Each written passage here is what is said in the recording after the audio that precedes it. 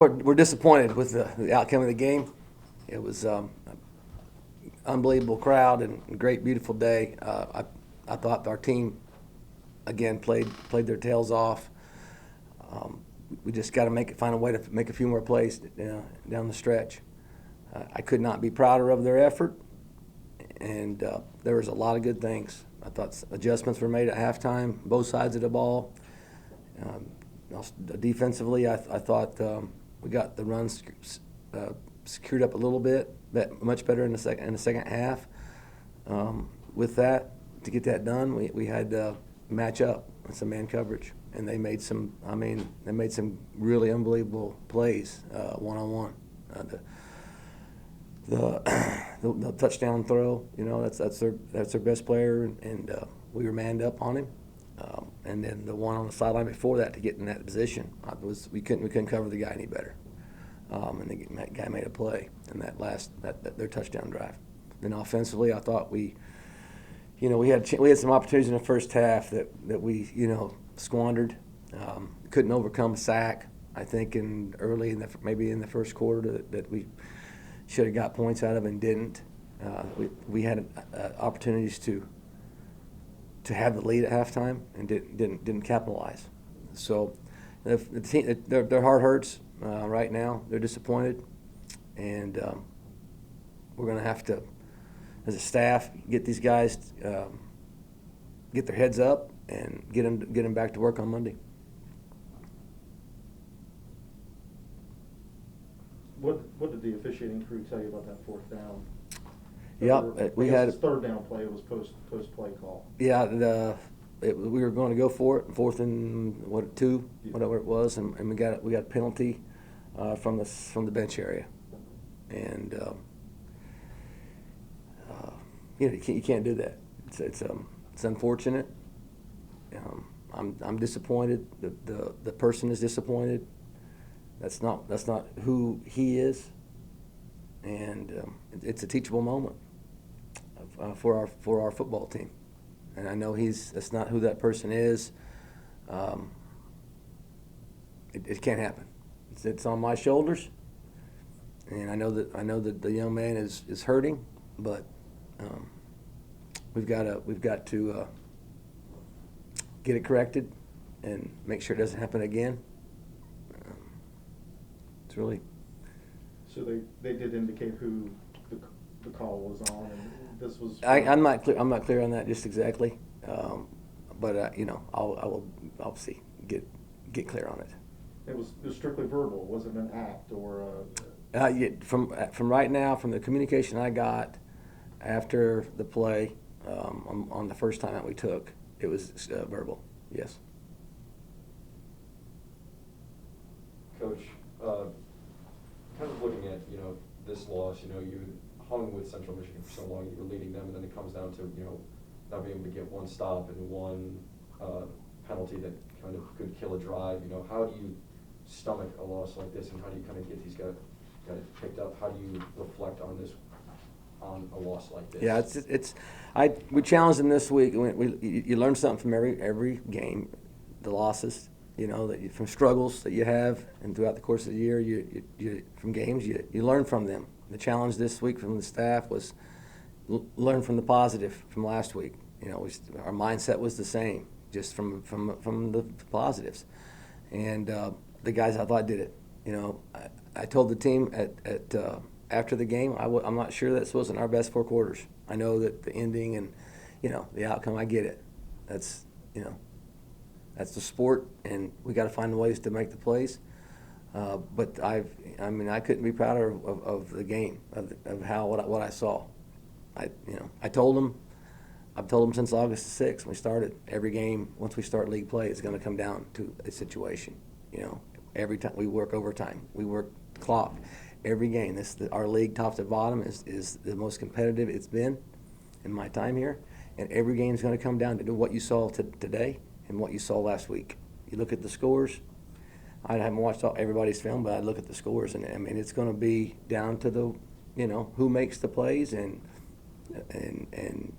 plays for 4 quarters. And so this staff's going to keep these guys plugging along, and because next week's going to be just like today, and we're going to find a way to get it done.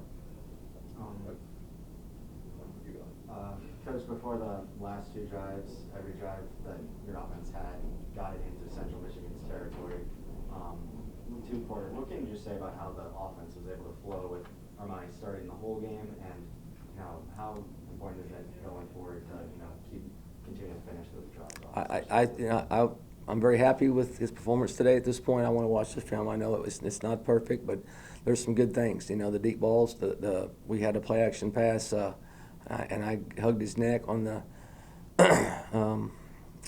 We had a cam on a big post, and he hit the number 2 guy right. I mean, beautifully. And I think there's a personal foul on the quarterback, but that's his second look. It's a 2-man route. We're going for broke.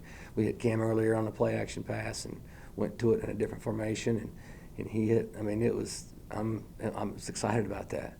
I think that the things that he got done today is I'm encouraged. You're going to see both quarterbacks. You're going to. It's just not to be cliche, but we're an equal opportunity employer in production. I mean, we had to do things after the Lafayette game on defense. Best 11 going to play. They know it. Miles Cross was in there today in crunch time. We threw a slant on 3rd and 4, and we'd run the same play on 4th and 4, and he delivered versus the same coverage. And he's a true freshman. So we're going to play the guys that the best 11, and we felt going into this game, Armani deserved to start from the production of last week, and he got out there, and we were moving the ball to your point, and we can build on it. We can build from it. What can you say about C.A. Bangura, his first, career, first collegiate carry, first collegiate touchdown, 40-yard run, and then follow that up with a 2-point conversion on trick? Like, can you kind of just comment about, how the offense kind of experimented with that stuff and with C.A. today? Yeah, not surprised at all.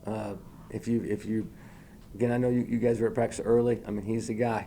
To be honest with you, I'm really excited about. There's some really, really young, talented players that are getting a lot of playing time at this point. CA, I'm again not surprised. He got the first. It was 4th down. He got it up in there and had the first down, and a little spin move and popped through there. We've seen it in the scrimmages, and we knew he was going to play. I thought Coach Sailton did a great job, with getting him in there right in that time.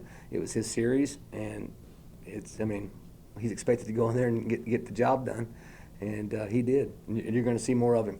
And I'm excited about some really, really young, talented guys on the team. I really am. Really, it was Bam. I keep calling him Bam.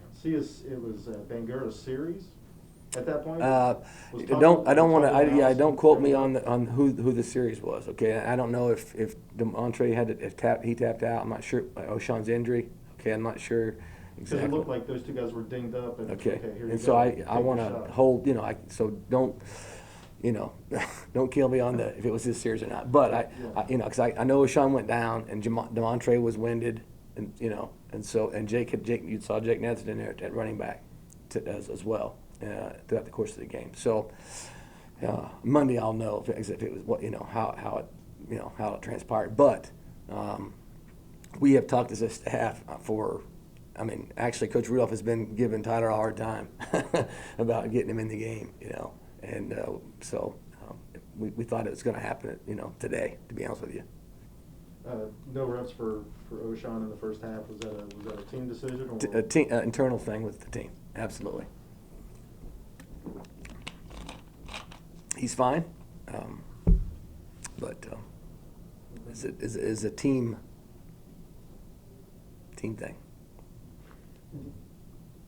Are you worried about, keeping Curtis involved? But is that the press for why you keep saying we're going to see both quarterbacks? The reason I ask is because for the last 2 years we haven't seen one guy take every rep in a ball game, and today we saw it at the quarterback right. position. Yeah. They're both talented, and they got some unique skills. Offensively, we got to find ways to build on Armani's skill set, and we've got to find ways to continue to build with Curtis's. And I think with the things our defense is getting done, and we can kind of play it close to the vest a little bit. We got the talent to throw it more than we did today, but we're trying to find that formula. you know, to get the win, because every game is going to be, you know, they're going to be great for the fans, man. And so you know, they're both going to play, and if one guy gets hot, then that's what we're going to go with, and that's what you saw today. Do we have anything else for Coach? Could I get your in the moment reaction when obviously you guys wanted, again, the end of the ball game, your last offensive series. I think everyone in your sideline thought there should have been a call on third down, and you're plotting, getting ready for fourth, and then another flag comes out of nowhere. What goes through your head? How do you handle that as a team, as a head coach on the sideline in a big spot? Yeah, I thought on the play prior to the second flag, you know, it was a bang bang thing, and that's what I saw, and sometimes it goes to your favor and sometimes it doesn't, and we were going for it, you know, and then the second flag come out, and I had to go find out what it was, and obviously at that point you can't go for it. We had 3 timeouts, and you know, if we get a stop on third down, we went down the field last week, you know, against Akron, and that was the plan. So we didn't get a stop, and by no means am I saying, you know, it's on the defense. We just didn't get a stop, and we got into 3rd and 2, and couldn't get off the field. Yeah, I just thought the reaction from, okay, we got 4th down, we got to get it, and now that's taken off the board by factors beyond your control, so to speak. Yeah, and again, I'm disappointed, and it's not what we coach or teach, and we're gonna fix it and learn from it, and we're gonna teach the student athlete we can't do that. You don't want to name the student athlete that you believe is involved for this? No, I do not.